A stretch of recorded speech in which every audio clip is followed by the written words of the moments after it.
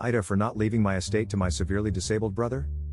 I, 33F, received a terminal diagnosis earlier this year. I've got a couple of years at best estimate to get everything in order before I won't have the cognitive ability to do so anymore. I've been working with a lawyer and an end-of-life care social worker to make sure everything will go as smoothly as possible and my wishes will be respected. I also have a complicated family situation. My parents were never married and my dad died when I was 12 of the same condition I now have. He never married, so all his assets were put in a trust for me by my grandparents. My mom married after they broke up and had my half-brother, 26M. He is severely mentally disabled. He's a 7-year-old in a grown man's body, and even with all the resources they can get, he's very difficult to care for, and my mom and stepdad barely get by most of the time.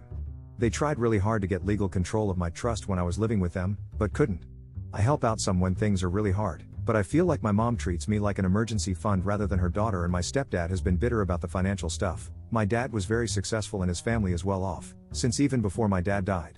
I don't talk to either of them about my life because they always get passive-aggressive and guilt-trippy. I've been trying to talk more with my mom now that I know I'm on borrowed time. We've never had a great relationship, but I wanted to try and resolve some of it. She's been much nicer to me and more concerned since the diagnosis, so I thought it was okay to open up a bit. I didn't want her to be blindsided or feel like she has to take on anything since I've appointed another family member to be my medical and financial POA, so I talked to her recently about my plans. I told her that I know my half-brother is a full-time job, so I'm having other people take care of my care so she won't be burdened. She was thankful for that, but then brought up how she always hoped that I would be the one to make sure my brother was taken care of when she was gone, and that in a way I still would be. She would put whatever I leave behind into his care fund and would make sure he knows it's from his big sister. This is where I might be the I'm not leaving anything to my mom or brother. I don't have kids, but I have been the favorite auntie to my best friend's 2 children for their entire lives. They are the light of my life and I spend a lot of time with them. My BFF and I have been through a lot together. She and her husband have been the ones going with me to appointments and letting me crash in their spare room when I was too sick from meds to be home alone. Whatever is left over after I'm gone is going to the kids for college. I know it's money that could secure better care for my half-brother and take some of the load off my mom, but I feel like I want to help someone else now. Edit. Thank you for the best wishes.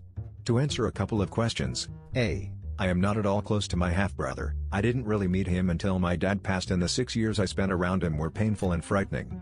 I haven't seen him in person in 15 years. It's not clear that he even understands that he has a sister or what that means, and I would be really surprised if he remembered me at all.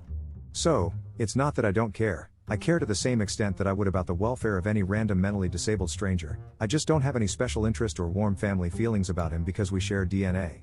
I've also already put a lot of money into helping my mom stay solvent to care for him, so there's an argument to be made that he's already received a reasonable share of benefit in life. As much as my mom refuses to believe it, I would never have accepted legal responsibility for him after her death. His dad has family that could step in if they were willing. B. I am working with a good team already to get things in order.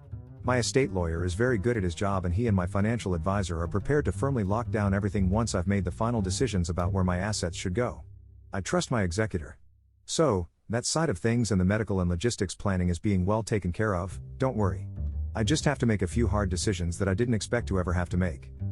Thinking about some things people have said in this thread, it may just be time to end the sentence on my relationship with my mom and her family and move on. I've always held out hope that she cared in her own way and that things could be better, but I'm really tired and I'm not sure I want to spend what's left of my time chasing it and trying to figure out whether she can even be trusted to manage any money I could leave to them. The SW offered to set up a few family sessions with a counselor that specializes in terminal family member issues, so I might let that be the weather vane.